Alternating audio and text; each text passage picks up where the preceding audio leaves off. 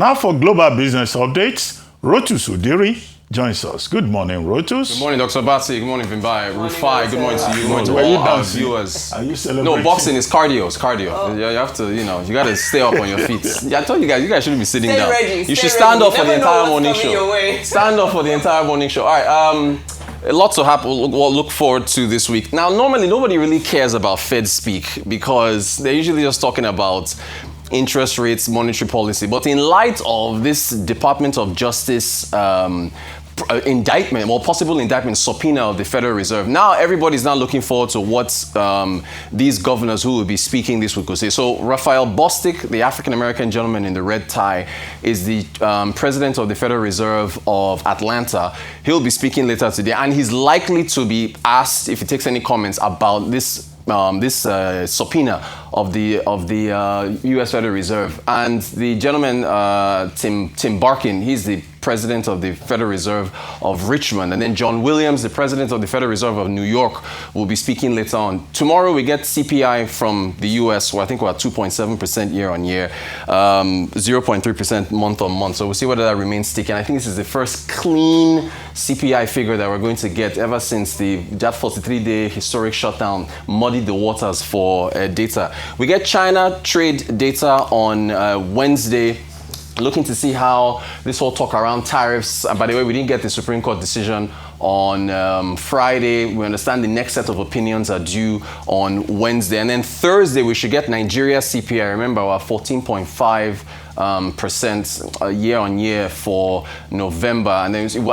I expect it to tick up due to the festive season. I mean, we'll see what happens. And in the middle of all this, we're also going to get banking earnings. So JP Morgan, Bank of America, Citi, Morgan Stanley, Goldman Sachs. So it's a really packed week with respect to what to expect with that, as far as trade and data coming from around the world. Brent crude, you've already touched on what's been going on in Iran, climbed to about 63. It fell, climbed again. So that's I think this is his biggest two-day high since October or so of last year. West Texas at 59. You've talked about it extensively. The Trump administration says they are monitoring the situation closely. Trump previously said they were, quote, locked and loaded to attack Iran if protesters were killed. And now, since we're getting all this information about folks, about 500 people or so being killed. He says he's going to talk to Elon Musk about using Starlink to restore internet there. I don't know how you do that because you need the actual device, for it to link up with the satellite. And by the way, just as an aside, Elon Musk could possibly disrupt phone service as we know it, because if he decides to release a Starlink phone, then you don't need cell phone towers anymore, right? You just link up with the satellite and then get your cell phone service. But they've bandied that about on Twitter, but he hasn't really. I think he joked about it once or twice. I don't know how you get those satellites. The physical. For Venezuela, though. What's that? He restored their internet without the device. Yeah, I think they're already even deploying in some parts of Iran already, because the videos that came out, despite the internet shots, some media was attributing it to Starlink. So then that means the device is connecting to something, right? No, but there's a Huawei phone I saw the other day. No advert for them that has direct connections to satellites. Okay. Yeah. Well, either way, however it is, for a connection to be made, you need a device on ground. So we'll see how that works out. Yeah. All right. Gold. Gold. In fact, I was around 1 a.m. 1 a.m. between 1 and 2 a.m. This one is when all this news just started flooding. Gold touched 4,006. 4,005 was we're already in record territory. Touched 4.6 and then came down again. Look at silver. I mean, silver is now at $84 an ounce. It's really quite remarkable. I mean, this is on the back of the Fed, also on the back of what's going on with the issues in Iran and how the U.S. responds. Now, everyone should remember this image from July of last year. We played the clip when Trump went to the Federal Reserve and took a tour with Jerome Powell and then brought out a paper saying that he's spending an extra $4 billion on renovations. Powell then takes out the paper and says, you added a building that was already accounted for, and there was this little back and forth. He gave testimony in June of last year. Basically, the Trump administration was applying pressure, saying that you are spending more money on this infrastructure renovation than you're supposed to. So now we found out that the Department of Justice has issued a subpoena to the Federal Reserve, and they're threatening a criminal indictment, saying that Powell apparently lied in his testimony in June of last year. Trump, I think one of the news outlets reached out to him for comment. He says he has nothing to do with it. But we're going to play you Powell's full response. I just uploaded this video on the Federal Reserve's YouTube page. This is his strongest language ever, saying that, look, they are trying to intimidate us. They are, Federal Reserve independence is important, so on and so forth. All this stuff is just a veneer for, the Trump trying to take over monetary policy. Here's Jerome Powell. On Friday, the Department of Justice served the Federal Reserve with grand jury subpoenas, threatening a criminal indictment related to my testimony before the Senate Banking Committee last June. That testimony concerned, in part, a multi-year project to renovate historic Federal Reserve office buildings. I have deep respect for the rule of law and for accountability in our democracy. No one, certainly not the chair of the Federal Reserve, is above the law. But this unprecedented action should be seen in the broader context of the administration's threats and ongoing pressure. This new threat is not about my testimony last June or about the renovation of the Federal Reserve buildings. It is not about Congress's oversight role.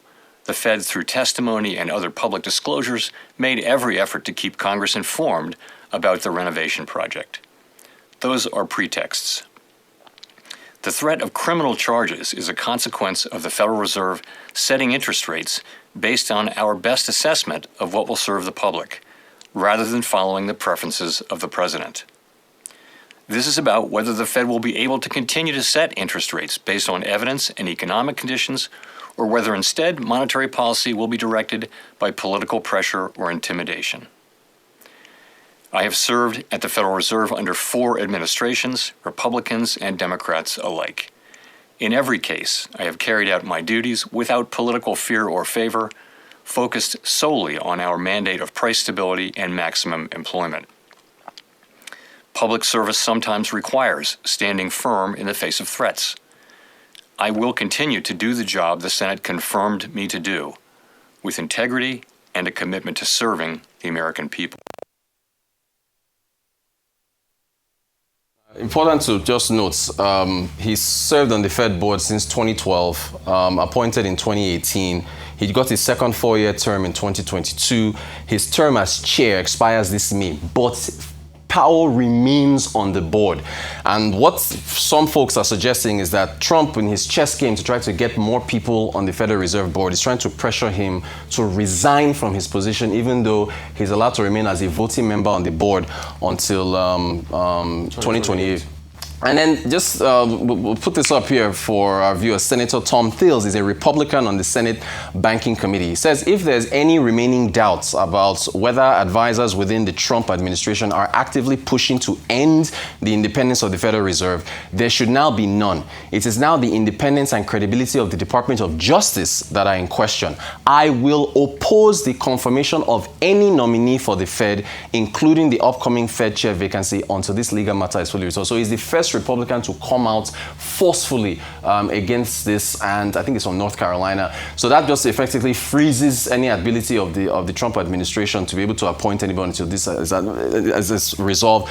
Bond yields not really climbing yet. We'll have to see what happens later on in the day. And then finally, look, this tax matter, we don't have enough time to go into this, but KPMG, as you all know, released a newsletter saying that there were some discrepancies in terms of language that the federal government needed to address. Taiwo really responded in this incredibly long post on Twitter that KPMG misunderstood things here and there. So Adewale Ajayi, we've had him on the Global Business Report. He granted an interview. I'm going to respond to that, saying what we've seen is that in some quarters, they've presented the content of that newsletter, that KPMG newsletter on tax reform, in a manner that was different from what was intended. When it comes to tax reform on a scale that we've done in Nigeria, there will always be some issues that need to be addressed, and those issues are normally corrected post-enactment. So he essentially said, don't panic. Yeah. Thank you very much, Rotus.